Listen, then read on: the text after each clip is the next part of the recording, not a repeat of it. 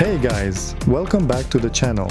Today I want to answer a question that I get a lot. What kayak cover am I using? How does it work? And can you drive with it on the highway?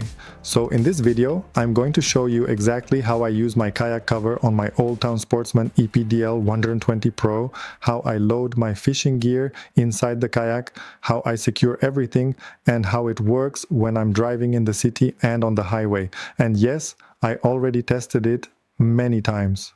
I drove with this setup in the city, on the highway, around 70 miles per hour, sometimes even close to 75 or 80, and the cover stayed in place.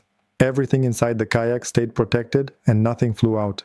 Of course, I always recommend driving safely, checking your straps, and following the speed rating for your trailer and gear. But for me, this setup has been working really well. First, let's talk about why I use this cover. When I go fishing, I like to prepare everything the evening before the trip. I don't want to wake up early in the morning and spend 1 hour loading rods, bags, lures, batteries, mounts, and all the small stuff. So I set up the kayak in the garage, put almost everything inside, cover it, and then in the morning, I just hook up the trailer and go fishing. This saves me a lot of time. My kayak is sitting on a Malone MicroSport trailer. For this kayak, the trailer works really well. The kayak is stable, the trailer pulls nicely, and with the cover on top, everything looks clean and protected. Now, let me show you how I load it. Inside the kayak, I place my rods in the built-in rod holders. The Old Town Sportsman has 4 rod holders, so 4 rods fit perfectly. Sometimes I can fit even more depending on the setup, but usually 4 rods is enough for me. Then I add my fishing gear. I put my bags, tackle, lures, spoons, dodgers, flies, baits, batteries, and other small fishing accessories inside the kayak. Some of the gear goes under the seat because I don't have a big storage box yet, but honestly, under the seat works perfectly for now. I also keep my phone holder, GPS holder, rod holders, and other small accessories in the kayak, because once the cover is on, everything stays inside. Another thing I do is cover the open hole where the PDL drive normally goes. I use a piece of plywood for that. It is very simple, but it works. It gives me a flat area, and it also stops small items from falling down through that opening. For the motors, I do something different. I do not keep my ePDL motor or my Minn Kota motor inside the kayak while driving. I put those in my car. For me, that feels safer, and it is very easy to install them at the lake. It takes me maybe 30 seconds to put each motor in place when I get to the water. So the kayak is loaded with rods, fishing gear, bags, life jacket, small accessories, and everything I need for the trip. Then I put the cover on. This cover is made for a 12-foot kayak, and my Old Town Sportsman ePDL 120 Pro is also 12 feet, so the fit is really good. I bought this cover from the Eco Fishing Shop.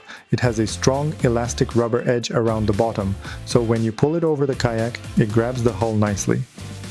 The cover also has straps that go underneath the kayak. I use those straps to secure the cover tight to the kayak. On my setup, I usually use around 6 straps. They go under the kayak and clip on the other side. That keeps the cover from lifting when I'm driving. The kayak itself is also secured to the trailer with separate straps. That is very important. The cover is only for protecting the kayak and keeping gear inside. It is not replacing the main tie-down straps for the kayak, so first secure the kayak to the trailer, then secure the cover to the kayak. After everything is strapped down, I check the front, the back, and both sides. I make sure there is no loose fabric, no loose strap, and nothing hanging near the wheels or the trailer frame.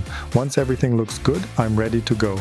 In the city, this setup is very easy. I drive around 30 miles per hour and the cover stays perfect. You can see in the footage that the kayak is not moving, the cover is not flapping too much, and everything is clean and secure. Then on the highway, I usually try to stay around 65 to 70 miles per hour. That is the speed I like for this trailer and setup. The cover still works really well at that speed. It holds the shape, it keeps everything inside, and I don't have to worry about small gear flying out of the kayak. I have also driven faster for a short time, around 75 miles per hour, and the cover still stayed on. But my recommendation is simple. Don't push it too much. Drive safely, check your straps, and keep a good speed for your trailer, your kayak, and your road conditions. I have been using this cover for about 1 year now, and it is still in good shape. I also store my kayak outside on the trailer next to my house. It goes through rain, snow, wind, and sun, and this cover keeps the kayak protected. For me, it has been very useful. One of the biggest benefits is that I can keep a lot of fishing gear already loaded in the kayak. When I'm ready for a fishing trip, I don't have to pack everything from zero. I just check my gear, check the straps, hook up the trailer, and go. So if you are thinking about buying a kayak cover, I definitely recommend having one. It protects your kayak, it keeps your gear inside, and it makes your fishing trips easier. You can use the same type of cover from Eco Fishing Shop, or you can find another good kayak cover on Amazon or another store. Just make sure you buy the right size for your kayak, make sure it has straps that go underneath, and make sure it fits tight. For highway driving, the fit is very important. You don't want a loose cover with a lot of fabric flapping in the wind. A tight cover with good straps is much better. So that's my setup.